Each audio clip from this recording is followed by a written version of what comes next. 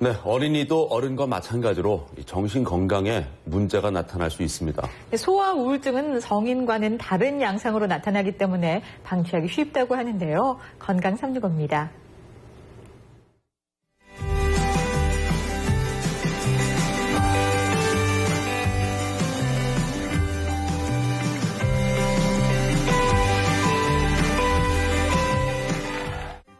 방금 보신 장면은 영화 비버입니다. 우울증에 걸린 한 중년 남자가 비버 인형을 통해 우울증을 극복한다는 내용인데요.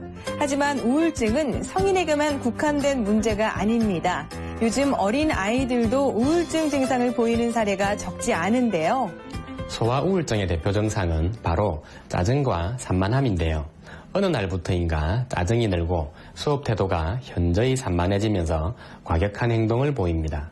이와 반대로 지나치게 조용해지거나 어떤 활동이나 놀이에도 흥미를 보이지 않는 경우도 있습니다. 갑자기 입맛이 까다로워지면서 소화가 잘 안 되고 이유 없이 머리나 배가 아프다며 호소하기도 합니다. 또 평소 생활에서 무기력함을 자주 느끼기 때문에 새로운 자극, 게임 중독에 빠지기 쉬운데요.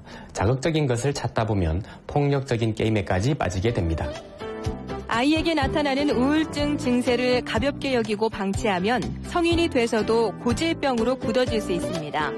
특히 사춘기 이후 청소년기에는 교사나 부모에게 반항을 한다거나 성적이 떨어지고 친구에게 폭력을 행사하거나 비행을 저지르기도 하는데요. 요즘 아이들은 예전 부모님 세대보다 훨씬 많은 양의 학습을 요구받게 됩니다. 아이가 지적 능력이 매우 뛰어나거나 성취욕이 강한 경우가 아니라면 당연히 스트레스가 누적될 수밖에 없겠죠.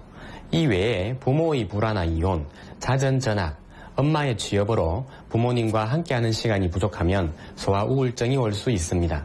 타고난 기질의 차이로 어떤 아이에게는 충분히 감당할 수 있는 스트레스가 되기도 하고 어떤 아이에게는 우울증을 앓을 만큼 큰 스트레스가 되는 것이죠. 또 빼놓을 수 없는 것이 부모님의 우울증인데요. 엄마가 우울증이 있으면 아이도 함께 우울증을 앓는 경우가 많습니다.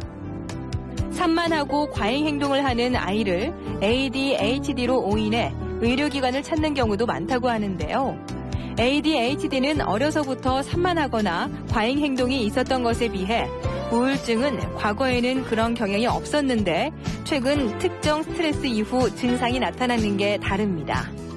소아 우울증은 성인에 비해 치료 효과가 빠르게 나타나기 때문에 부모님들은 아이의 상태를 이해해주고 치료에 적극적으로 나서야 합니다. 먼저 우울증의 원인을 파악해 해결하는 것이 중요한데요. 부부간 불화가 있으면 부부싸움을 하더라도 아이가 없는 곳에서 싸우고 이혼을 한다면 아이의 충격이 최소화되는 방향으로 해결해야 합니다. 엄마가 우울증이 있으면 엄마를 먼저 치료하면 소아도 자연스럽게 함께 회복이 되는데요. 원인 해결이 어렵거나 우울증이 심하면 적절한 한방 치료를 추천합니다. 한의학에서는 우울증도 오장에 깃든 마음의 균형이 깨어져서 오는 병으로 보고 그것을 조절하는 한약을 복용해 소아들의 우울증을 치료하고 있습니다. 아이도 어른과 똑같이 스트레스를 받고 우울함을 느낍니다. 다만 아이들은 자신의 나이에 맞게 어른과 다른 방식으로 우울증을 표현할 뿐인데요. 저러다 말겠지라는 생각보다는 적극적으로 치료법을 찾는 것이 좋겠습니다. 건강 365였습니다.